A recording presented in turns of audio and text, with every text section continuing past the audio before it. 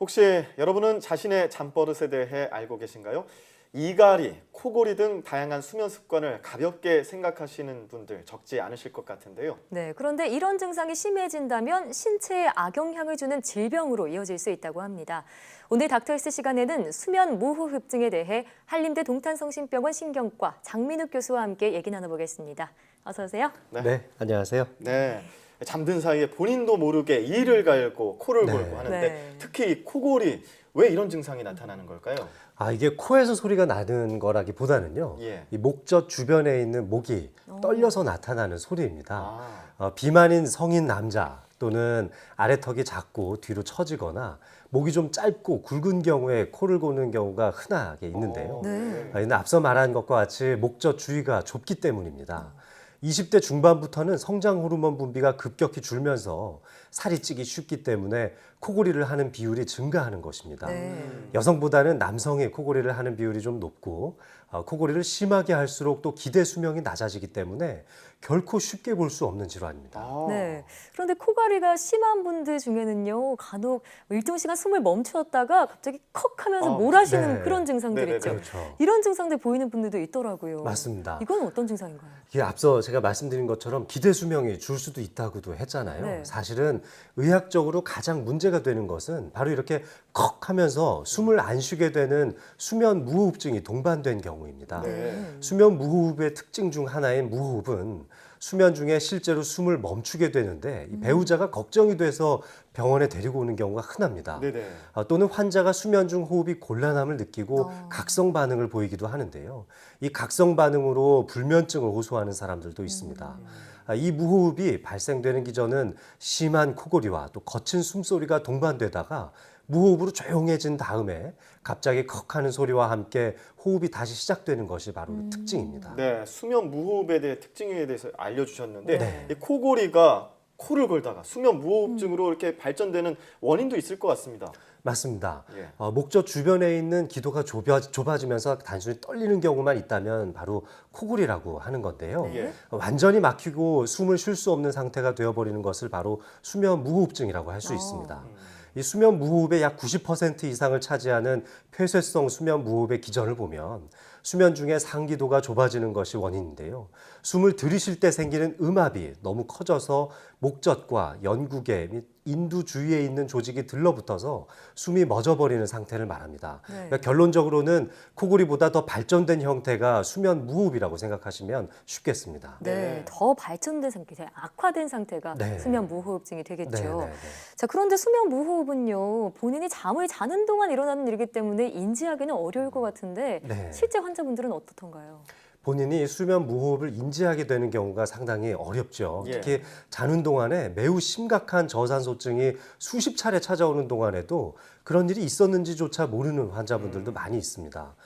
그저 본인이 잠을 설쳤다고만 생각하는 거죠. 주로 배우자나 또 함께 방을 쓰는 동료에 의해서 발견되는 경우가 많습니다. 네.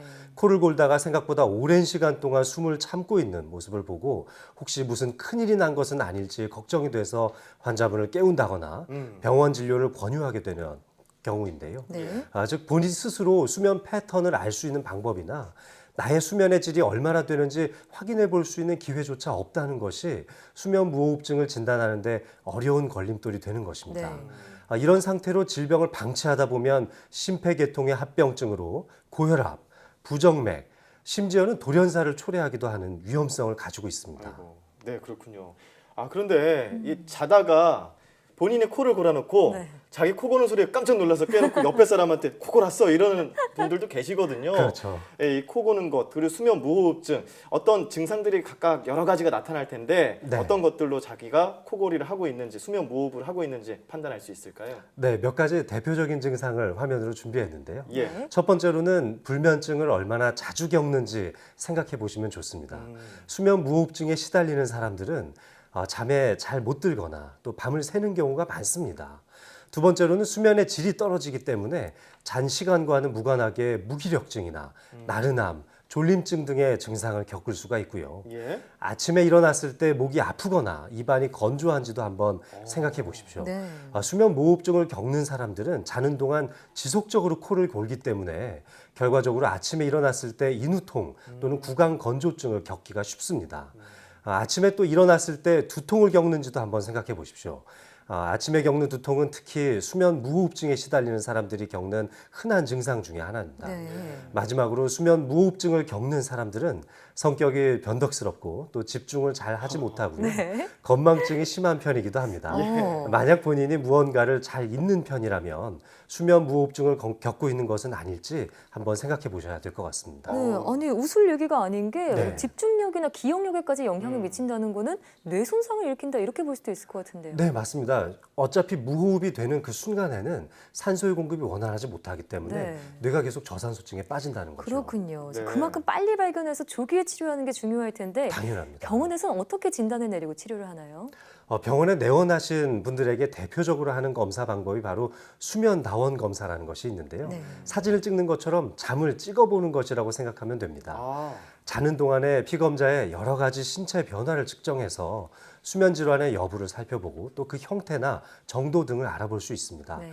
뇌파를 찍어서 잠이 들었는지 또 잠이 얼마나 깊은지 수면 단계는 어떤지를 파악할 수 있고요. 또 심전도라든지 근전도 같은 것들을 측정하는 장치를 이용해서 심장의 전기적인 흐름을 측정하는 방법도 포함되고 있습니다. 네. 이 수면 무호흡증을 진단받았다면은 폐쇄를 일으키는 부위를 물리적으로 넓히는 수술적 치료를 진행할 수도 있고요. 네. 또 비수술적 치료로는 증상이 경미한 경우에는 체중 감소나 또 규칙적인 운동으로 어느 정도 줄여볼 수도 있겠습니다. 그렇군요. 맞아요. 약물 치료로 여러 가지 종류의 항우울제가 쓰이기도 합니다. 네. 또 기구요법으로는 구강 내 잔치나 양압기를 착용해서 치료하는 방법이 최근 곽광을 받고 있습니다.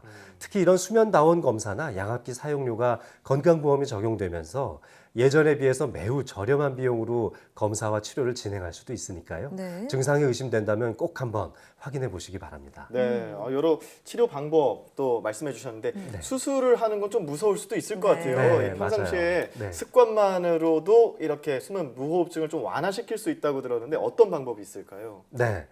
평소에 수면을 취할 때 베개를 너무 높지 않은 것을 뱉는 게 좋고요. 또 옆으로 누운 자세도 상당히 도움이 됩니다. 거기다가 수면 무호흡증이 있는 분들은 기구요법을 사용하시는 것도 좋은 방법인데요. 아, 네, 지금 제가 가지고 나온 이 기계가 호흡기 바깥쪽에서 양압을 걸어주는 지속성 비강기도 양압술이라고 하는데요. 네. 쉽게 방금 설명드렸던 양압기라고 하는 장치입니다. 예. 이것이 산소 호흡기처럼 생긴 마스크나 또는 콧구멍에 끼고 네, 제가 모형을 갖고 나왔는데요. 네. 네, 이와 같이 콧구멍에 장착을 해서 네네. 연결을 해서요. 이 모터로 동작하는 공기 펌프를 이용해서 공기를 흡입하는 방식입니다. 예. 공기를 강제적으로 호흡기 쪽으로 밀어넣는 방식이기 때문에 어. 네, 압력에 의해서 기도가 굉장히 시원하게 열리게 되고 네네. 편안한 호흡이 가능하게 되는 것입니다. 그렇겠네요.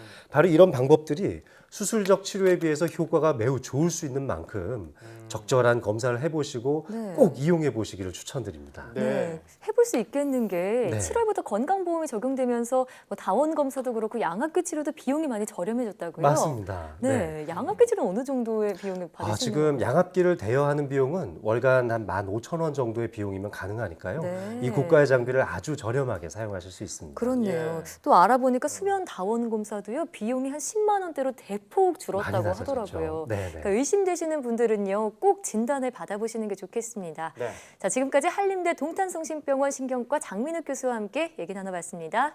오늘 말씀 고맙습니다. 네, 감사합니다.